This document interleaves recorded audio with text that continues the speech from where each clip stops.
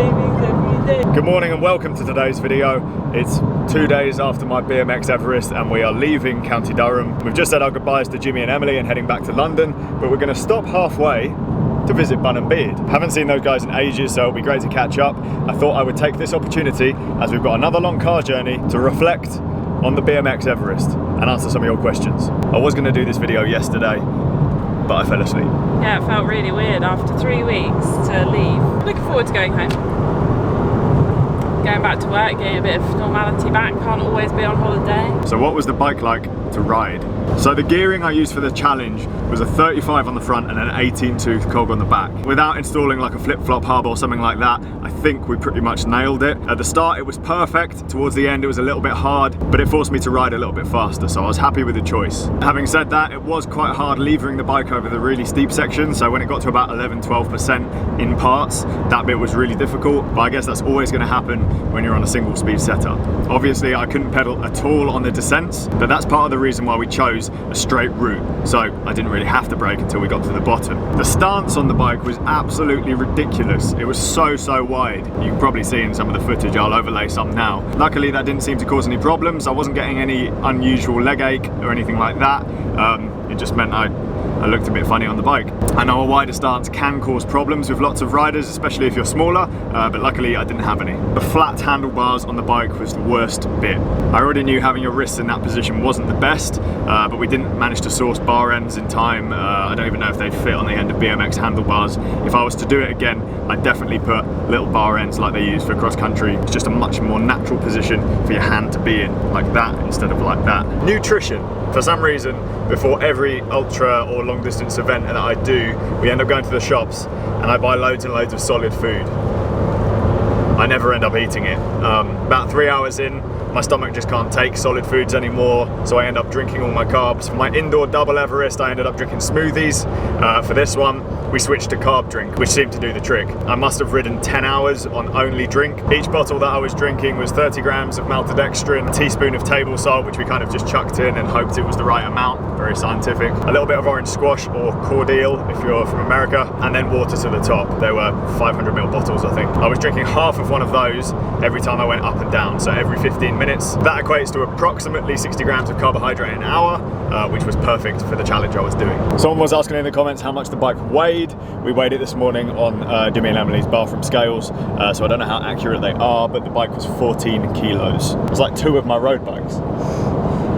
The climb itself. Choosing a climb that was a straight line was super important, not only for when you're climbing and don't have to think very much, but on the way back down, if you don't have to corner, you're going to be going so much faster.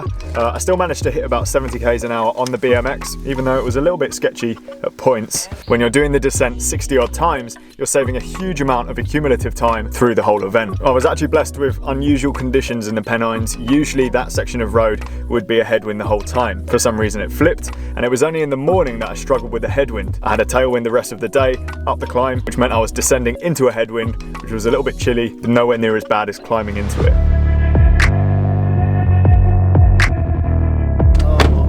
So how is my body actually doing? My wrist really hurts. I raced Red Hook Crit and I crashed and I broke both my arms, and my scaphoid in this left wrist is kind of still broken. It's one of those bones that never fixes itself. That's still sore right now. My back hurts, my legs hurt. They're kind of not squashy anymore, like a normal muscle in your leg would be. They're just solid. I woke up in the middle of the night and I was sick, and I guess it was all the maltodextrin that I had, which was pretty grim. This all sounds horrible, but I find it quite interesting how your body reacts to something as extreme as this. So yeah, I quite enjoy doing it. Yeah, I only ate maltodextrin for 13 hours. Was that your choice, or Will tell you to do that? No, it was it was not a choice, it was a necessity. Where is it? Couldn't eat? Yeah. Did somebody bring you some nuggets? Yeah, I fancy seeing you here. Fancy seeing me here? Yeah. People still remember you? No. This is the beard. Beard. From the Bun and Beard vlog. Bun and Beard vlog. Which I'm going to put a link to down below because they've got a YouTube channel as well. But we do. Your house is... This is the Bun. Oh, she's not here. Yeah, she's normally just there. You don't actually look too bad for someone who's just Everested on a BMX. That's because I've had like 3 of these. You are welcome. I haven't been on your vlog in ages, you're right. When was the last time I was on your vlog? Last time I came up here. When last time you came up here? When you were January? Hello! I'm alright, how are you? I'm good, yeah. I'm wondering if people will remember us Probably not. They must do. The die-hard fans will know who we are. Look back, go back like 200 or 300 videos.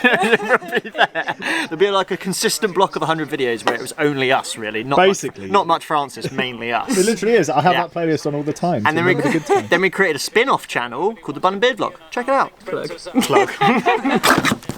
Brooklyn Bel Air Sour. This one's just this classic lager. How disappointing. Ye Old Stout. That's mine. Nano Boss Session IPA. Yep. Massive India Pale Ale. And a picture of what looks like a trout. Do you like trout? Vegans eat trout? I forgot to put squash Probably, in. yeah. Yeah, probably. I hope this pale ale finds you well. That's literally what it's called. Are you well? I'm weller than you. It's found me well. Great, let's put these in the fridge. Snacks. Noisy bean chips. Shake it to wake it. Ah, that's what Emily. That marks the end of today's video. To conclude, I am very, very tired. Thank you as always for watching. Please like, subscribe, comment down below, and stay tuned for some bike riding in the Peak District. A short bike ride, hopefully.